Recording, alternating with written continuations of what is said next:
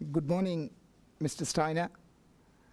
Good morning, the Vice President, colleagues from the United Nations Network, the Indian High Commissioner, and the distinguished delegates present here today. I understand that I was not supposed to speak here, but I thought, having heard, and also having seen what we are up to, it is perhaps also important for me to understand what we are trying to do.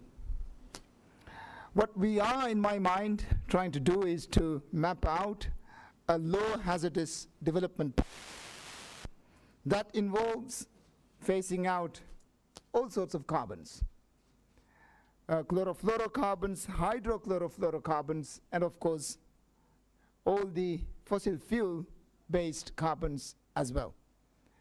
Chemistry has never been my strong point, but I do understand that this country has been able to phase out chlorofluorocarbons, CFCs, 2 years before our deadline.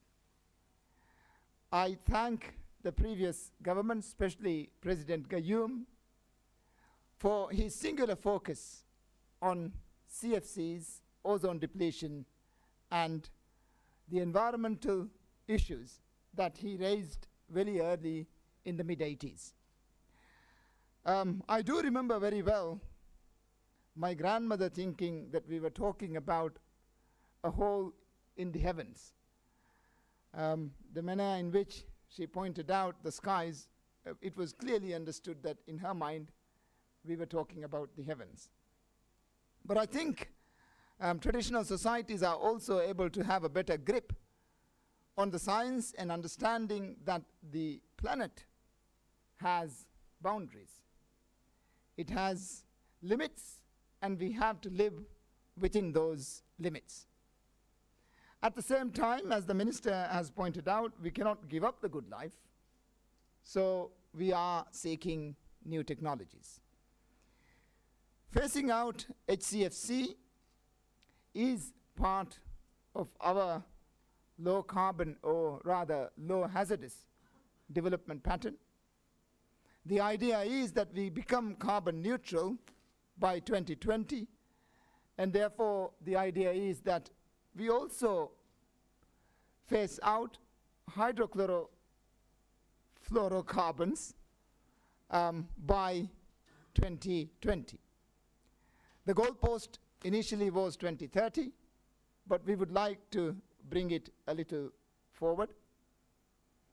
The window of opportunity that this planet has is not so long. Science is very certain, and we have to act. I understand that what we do is not going to have an amazing impact on the health of the planet. I also do understand that what we do today is not going to save us or effect to save us today, but it will have an effect on us 30 years down the line.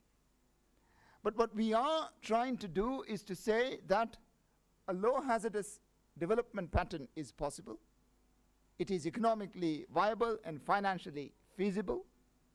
And as the UN rep pointed out, in our mind, those who are bold enough to embrace the future of green technology would be the winners of tomorrow. We are on the threshold of a technological shift, far greater than the Industrial Revolution.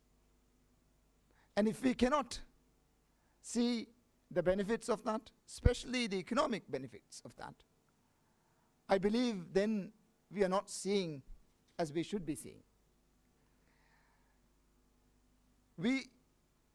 I always think we did not leave the Stone Age because we ran out of stones, but we left it because we found other technologies, other material, other substances. We found other ways of doing things and better ways of doing things. I'm sure carbon is still available, coal is cheap, and many, many other things are cheap.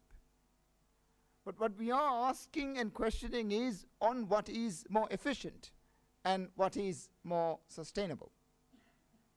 We have to survive as a people, as a civilization, as a planet, as a family.